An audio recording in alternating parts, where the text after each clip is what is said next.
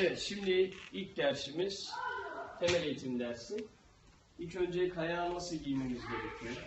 Kayağın üzerinde nasıl dengede durmamız gerekiyor?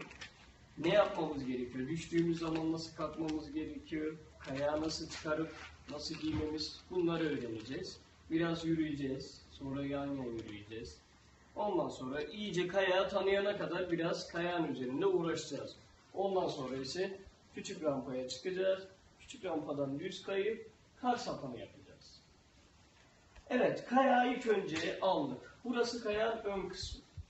Her zaman kayağın ön kısmı yukarıda olmak zorunda. Aşağıda olursa yanlış kayağı tutuyoruz demektir.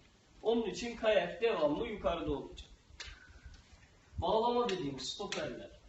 Bunların buradan kilo ayarlarını, ağırlık ayarlarını yapıyoruz ki ayağımız tehlike anında kırılmasın. Kilonuza göre ayarlanıyor. Tehlike anında otomatik ayağınızdan çıkıyor ve ayağınız rahata kavuşuyor. İlk önce kayağı nasıl çıkarıyoruz? Kayağı, şurada stoper dediğimiz olayın biri yukarıda oluyor. Yukarıda olanı yukarı doğru çektiğimizde kayak oluyor. Tekrardan takarken de bu şekilde takıp bırakıyoruz. Bu şekilde. Sonra tekrar yukarı doğru çekiyorum, açılıyor. Bu şekilde takıyorum. Kayağımızı açtık. Kayak her zaman paralel olacak. Bu şekilde.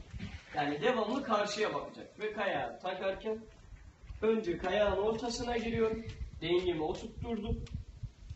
Önce parmak ucunu öndeki bağlamaya oturtturup arkayı tam oturtturup bastırdığım anda kayak tık sesi çıktığı anda kayağımız olmuştur demek. Anlaşıldı mı? İlk önce yine gösteriyorum. Kayağı uzatıp paralel. Geldim kayağın ortasına. Dengemi kurdum. Vücudumuz her zaman kayak yaparken de dururken de daima şurada. Kayak botunun önündeki dil dediğimiz bir olay. Oraya doğru böyle yaslıyoruz. Yani vücut pozisyonumuz bu şekilde oluyor. Popo kalkıp vücut dik. Üst taraf her zaman sabit olur. Alt tarafla hareket ettiririz. Bütün kayağa yön verirken de ne yaparsak alt. Bu. Önce kayağımız bir ortasına geldik. Parmağı izliyorsun fıstığın. Önce kayağın ucunu taktım. Ondan sonra arkasına bastırdım. Kayak oldu. Evet, şimdi gösterelim ablası. Evet, önce parmak ucunu takıyorum. Arkayı tam oturtturup bastırıyorum. Aferin. Bu sesi duyduğumuz anda kayağımız ayağımıza olmuştur demek. Evet, öbürünü de takalım.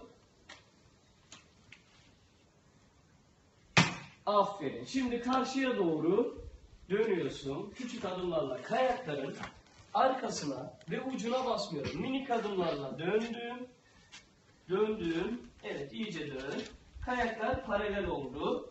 Evet, kayağın içine değil, tam ortasına basıyorum. Evet.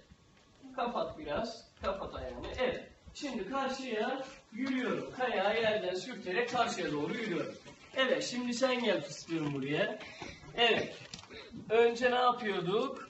Kayağın bir ayağımız dışarıda. Evet. Önce parmak ucunu takalım. Evet, takılmıyor. Önce parmak ucunu taktık. Bastırdık. Ve oldu. Şimdi tekrar. Ben kendim bastım. Evet, aferin sana. Şimdi ablayı takip ediyorsun. Tamam mı? Hadi bakalım. Evet, düz gidiyor. Kayaklar düz. Karşıya bakıyorsun. Evet. Bunlar ne? Onlar kayak. Soru sormak yok. Ders bitene kadar sadece kayakla ilgileniyoruz. Değil mi? Aferin sana. Okey.